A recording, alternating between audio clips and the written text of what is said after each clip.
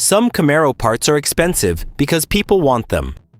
Others are expensive because almost nobody can find an original one anymore. And then there is a completely different category. Parts Chevrolet produced in such tiny quantities, for such strange options, or for such specialized racing programs that today an authentic component can become almost as important as the car itself. We are not talking about an aftermarket intake you can order tonight, reproduction wheels, or something somebody installed at a speed shop 20 years later. We are talking about genuine Chevrolet hardware connected to some of the rarest Camaros ever built.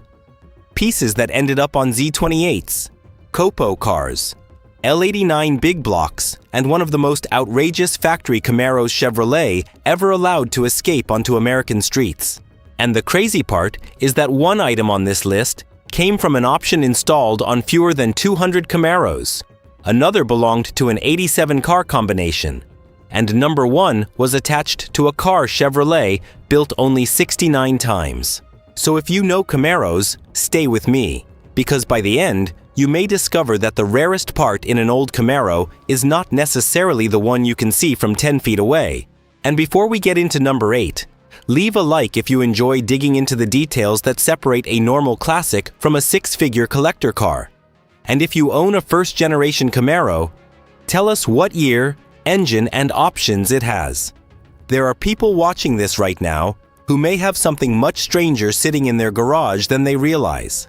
Number 8 is the 1969 N66 Sport Wheel. And this is a perfect example of how something that looks relatively simple can become extremely difficult to authenticate decades later. The N66 was a special sport wheel offered on 1969 Camaro SS models. Visually, it resembled the Chevrolet SS-style wheel associated with cars such as the Chevelle, but the Camaro application was brief. Chevrolet discontinued the option very early in the 1969 model year, and factory records indicate that only 314 Camaros were built with N66 wheels. Camaro Research Group notes that the option was dropped around the end of 1968 or beginning of January 1969. Meaning there was only a narrow production window in which an SS Camaro could leave the assembly line wearing them. The option originally cost about $75, which sounds almost comical today. The reason these wheels matter today is not simply because 314 cars received them. Wheels are one of the easiest things to remove from a performance car. Owners changed tires, damaged rims, upgraded to aftermarket wheels, sold original sets, or simply threw old components away when nobody considered them valuable. A 1969 Camaro could spend 50 years passing through 6 owners and have its wheels changed 10 times. That means finding 4 genuine, correct N66 pieces with the appropriate details is a very different experience from buying a modern reproduction. If you are restoring a documented N66 Camaro and originality matters, suddenly 4 pieces of steel become some of the most important objects in the entire restoration. That is why rare factory parts can create such strange economics. The component itself may appear simple, but without it, the car is no longer exactly what Chevrolet built. Number 7 takes us under the hood with the L89 aluminum cylinder heads. In 1968 and 1969, buyers ordering the brutal L78 396 could go one step further and select RPO L89. Instead of the normal cast iron cylinder heads, Chevrolet fitted aluminum closed-chamber rectangular port heads. According to Chevrolet production data compiled by Camaro Research Group, just 272 L89 Camaros were built in 1968 and 311 in 1969. That means only 583 examples across those 2 model years carried the option from new. These heads are fascinating because the rarity is attached to a component that lived an extremely difficult life. High-performance big block Camaros were raced. Engines were blown up. Cylinder heads were ported, milled, cracked, modified, or replaced. Some cars lost their original engine completely. And back when these were simply old muscle cars rather than investment-grade collectibles, nobody was preserving every casting because they imagined restorers would be searching for exact date codes 50 years later. That makes a correct original L89 setup especially desirable on a documented car. You are not simply looking for an aluminum big block head. You are trying to find the correct Chevrolet hardware that belongs to one of the rarest big block production combinations of the first-generation Camaro. The irony is that the L89 did not necessarily transform the rated horsepower number. The engine remained based on the 375 horsepower L78. But reducing mass high on the engine and using exotic aluminum hardware made it special enough that collectors now obsess over the pieces. Chevrolet buyers once viewed as another expensive option. Number 6 might be the strangest item in this entire video, because it sounds like something somebody invented after drinking too much coffee in a Chevrolet engineering meeting. It is the 1969 V75 liquid tire chain system. No, that name does not mean metal chains came out of the wheel wells. Chevrolet installed containers and nozzles that could spray a special traction-enhancing liquid onto the rear tires in an attempt to improve grip on snow and ice. This was a real factory option, not a joke. And Chevrolet records show that only 188 1969 Camaros received RPO V75. The option cost only $22. Now think about how impossible that system is to preserve. You have reservoirs, plumbing, brackets, nozzles, and unusual pieces whose usefulness basically disappeared once tire technology improved, and the idea itself faded into history. It was fitted to 188 cars out of more than 243,000 Camaros Chevrolet produced for the extended 1969 model year. More importantly, many owners would have had absolutely no reason to preserve the equipment once it stopped working. If some strange bottle and hose assembly under an old Camaro looked useless in 1982, there is a good chance it went directly into a trash can. Today, finding a genuinely documented V75 Camaro with its system intact is exactly the sort of thing that makes hardcore restorers stop walking at a car show and start looking underneath the vehicle. It is not the fastest Camaro part. It does not make horsepower. It does not improve the exhaust note. But as an artifact of late 1960s engineering, it may be one of the weirdest factory Camaro options Chevrolet ever produced. And this is where I want to know how obsessive the Camaro people watching this really are.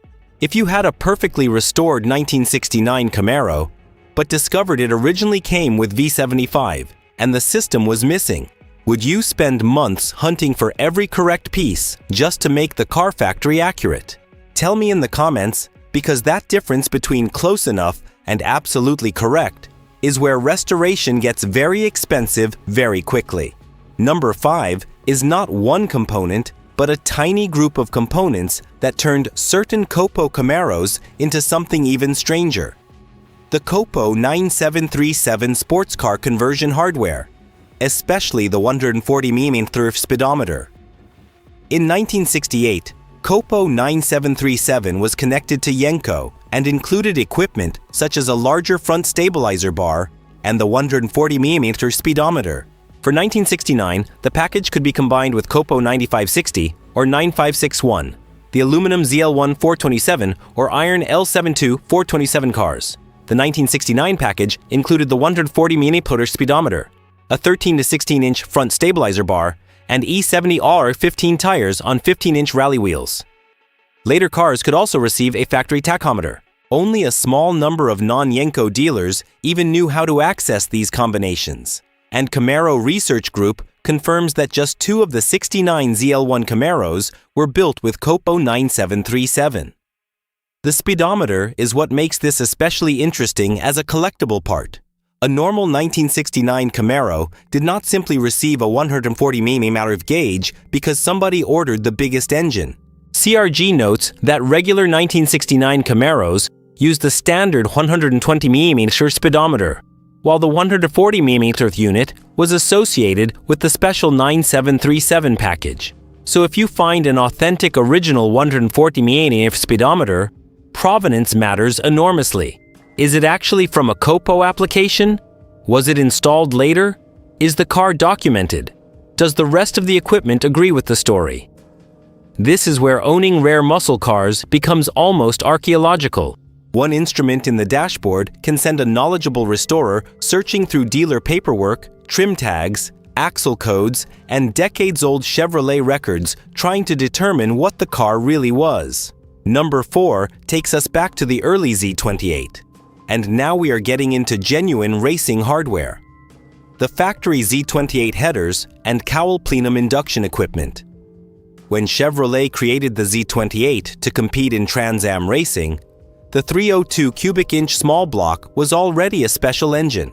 But Chevrolet also offered equipment aimed at owners who wanted even more performance. In 1967 and during the early portion of 1968, the Z28 could be ordered with a cowl plenum air cleaner setup and special headers.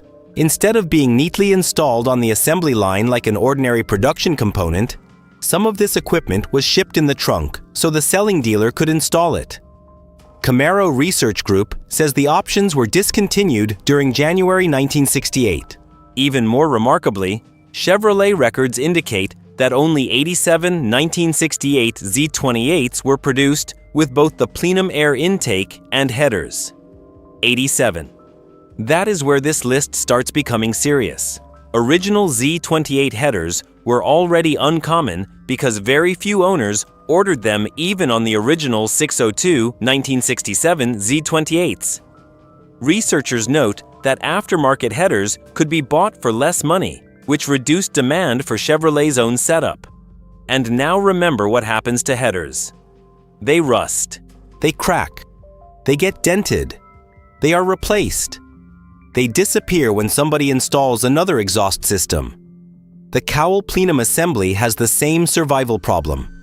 It involved unique ducting and required installation work at the firewall. Decades later, a complete original assembly becomes far more significant than a reproduction that simply looks similar. For a historically correct early Z28, these pieces are not just performance parts. They are part of Chevrolet's direct connection between the Street Camaro and the Trans Am program. And if you enjoy this level of detail, subscribe to VHCar, because there are entire videos hiding inside individual options like this. Most people can recognize a 1969 Z28 from across a parking lot. Far fewer can open the hood of an early car and immediately know whether they are looking at original Chevrolet race-oriented induction hardware or something installed decades later. Number 3 is one of the coolest pieces Chevrolet ever offered for a Camaro. The GM Cross-Ram intake system. The Cross-Ram was created to help the high-revving 302 breathe at racing RPM. Instead of a normal single 4-barrel arrangement, Chevrolet developed a special 2-piece intake manifold using dual 4-barrel Holley carburetors. Development versions used different carburetors, but the later systems used pairs of 600C PLFM Holleys. Camaro Research Group's technical history of the system reports that development testing pushed output as high as approximately 465 horsepower, compared with the deliberately conservative advertised rating of the production Z28 engine. But here is what makes an authentic Cross-Ram so fascinating. It was not a normal assembly line option. This was specialized competition-oriented Chevrolet hardware. That means there is not a nice simple production number like 188 cars. Parts were sold through Chevrolet's service system, used for racing, changed during development, and reproduced by aftermarket companies. Original GM pieces have specific casting details, while companies such as Offenhauser and Edelbrock made their own versions. CRG even documents the differences enthusiasts use to distinguish genuine GM components from aftermarket pieces. So when somebody says, "My Camaro has a Cross-Ram," that is only the beginning of the conversation. Is it GM? Which version? Which carburetors? Which castings? Is the linkage correct? Are the air cleaner and hood components authentic? On a high-level restoration, those questions can separate an impressive-looking engine compartment from one that actually represents Chevrolet racing history. There were even special service hoods associated with the Cross-Ram configuration. Camaro Research Group documents both a fiberglass Cross-Ram hood assembly, part number 3963832, and a steel hood assembly, part number 3965728. Neither was a regular assembly line hood. That makes a truly complete period-correct system much harder to assemble than simply finding one intake manifold. You are essentially reconstructing a catalog of racing pieces from a period when owners cared about lap times more than preserving matching components for collectors in 2026. Number 2 is the 1969 JL8 four-wheel disc brake system. And this may be the part on the list most likely to hide underneath a car while being worth an enormous amount to the right restorer. Four-wheel disc brakes sound completely ordinary now. In 1969, they absolutely were not. Chevrolet adapted racing-oriented technology related to the Corvette heavy-duty system and created RPO JL8 for the Camaro. It used large rotors and 4-piston calipers at all 4 corners, and the hardware extended far beyond simply bolting 2 extra calipers onto a normal rear axle. Only 206 production Camaros received JL8, most of them Z28s, during a limited production window from roughly February through May 1969. The option cost $500, $30 on an SS or Z28, an enormous amount of money considering what a Camaro itself cost at the time. Here is where authenticity becomes difficult. Chevrolet also sold a heavy-duty service disc brake rear axle over the counter, and Camaro Research Group warns that this service unit is not identical to the factory JL8 axle. One obvious difference involves the axle tubes near the brake mounting flange. The production JL8 axle and the service axle have different physical details. That means a Camaro can have period Chevrolet four-wheel disc hardware and still not possess the exact assembly it received on the production line. This is the kind of distinction that sounds ridiculous until you are evaluating a documented 6-figure Z28. At that level, almost correct can matter. And think about the survival rate. Brakes are wear components. Calipers leak. Rotors wear. Axles get changed. Race cars receive modifications. Rear ends break. Hemmings has noted that nearly all of the associated JL8 components were specialized, including brackets, dust shields, and rear axle-related hardware. Finding one original caliper is not the same as finding a complete original system. That is why JL8 hardware has become legendary among first-generation Camaro collectors. It represents exactly the sort of part nobody thought would become precious when mechanics were replacing it in the 1970s. And now we reach number 1. The piece that sits at the center of arguably the most legendary factory Camaro ever created, the 1969 ZL1 all-aluminum 427 engine. The story begins with Copo 9560.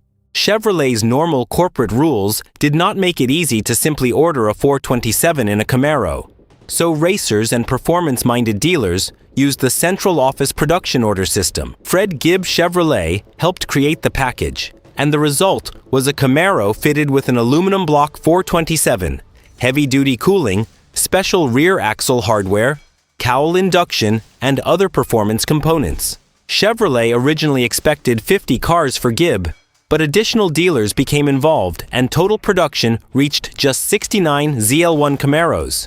The engine itself was extraordinary. Instead of the normal heavy iron big block, the ZL1 used an aluminum block derived from Chevrolet's racing technology.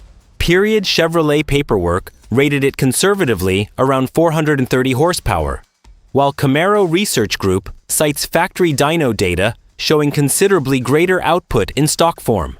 The engine was so expensive that the Copo 9560 high-performance package alone added more than $4,000 to the Camaro, pushing complete cars above $7,000 at a time when the basic Camaro cost dramatically less. Some dealers had trouble selling them. In some cases, original ZL1 engines were actually removed and replaced with cheaper iron big blocks so the cars could be sold, while the aluminum engines went elsewhere as racing hardware. That fact is almost painful today, because originality on a real ZL1 is everything. The Camaro Research Group documents 69 original ZL1 Camaro installations, while its broader engine research shows additional ZL1 engines were manufactured for other applications, development, and service use. So finding an aluminum ZL1 block is not automatically the same thing as finding the original engine from one of the 69 Camaros. Casting details, assembly codes, dates, documentation, and vehicle history all matter. A correct engine tied to the correct car becomes one of the most significant pieces of Camaro history a collector can possess. And the market reflects that mythology. Hagerty identifies the 1969 ZL1 as one of the pinnacle first-generation Camaro configurations, and documented examples have sold for extraordinary amounts. One ZL1 recorded by Hagerty sold for $495,000 in January 2024, while Hagerty's current data shows even higher auction results for exceptional cars. But the point here is not simply that the car is valuable, it is why. Remove the special engine, the Copo-specific pieces, and the provenance, and you remove the very things that make a genuine ZL1 fundamentally different from a beautifully built 427 Camaro clone. So those are 8 of the rarest and most fascinating original Camaro components Chevrolet ever produced. Obscure sport wheels that lasted only a few months, exotic aluminum heads, a liquid traction system almost nobody ordered, a 140mm Copo speedometer, dealer-installed Z28 racing hardware, the legendary cross ram, the incredibly rare JL8 brake system, and at the top, the aluminum 427 that turned 69 ordinary-looking 1969 Camaro bodies into some of the most important American muscle cars ever built. What makes these pieces special is that almost none of them looked like guaranteed collector gold when they were new. A wheel was just a wheel. Headers were something racers replaced. An aluminum head could be damaged. A brake axle could be swapped. A strange traction dispenser could be thrown away. Even ZL1 engines were removed from cars because the cars were too expensive to sell. Nobody working in a Chevrolet dealership in 1969 could reasonably know that people more than half a century later would study casting numbers, brackets, carburetor lists, and axle tube shapes trying to reconstruct exactly what left the factory. That is the strange thing about muscle car history. Sometimes the rarest part of the car is the part the original owner considered replaceable. If you made it to the end, tell me which one surprised you most. Was it the 69 car ZL1 engine story? The 206 JL8 brake systems? The 87 Z28 plenum and header combinations? Or the completely insane liquid tire chain option that only 188 Camaro buyers selected? And if you actually own an original piece from one of these systems, tell us what you have. Leave a like if you want more videos digging into the rarest pieces of American muscle car history, subscribe to VHCar, and give me the next manufacturer we should investigate. Because Camaro is only the beginning. Ford had its secrets. Mopar definitely had its secrets. And some of those parts make even a ZL1 Camaro look common.